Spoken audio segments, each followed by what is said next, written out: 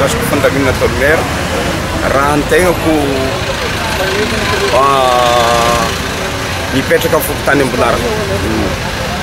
Ny bazary natao handafosany entana fa tsy ivelan'ny bazary.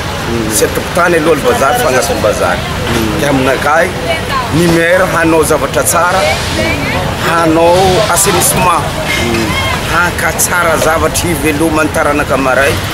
Nay dia mankasitraka mankately ary tohizo monsieur le maire niezaka ataonao hatsara ary dimiasin'ny taranaka rapiso io zavatra ataonao io.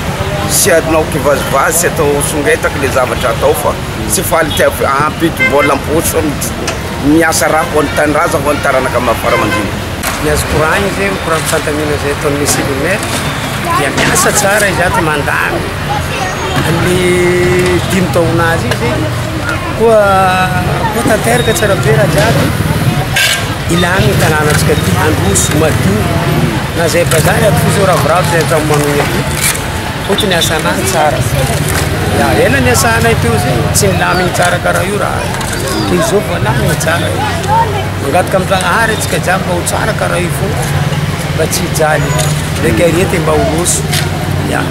Monsieur le maire magnano asany tsara.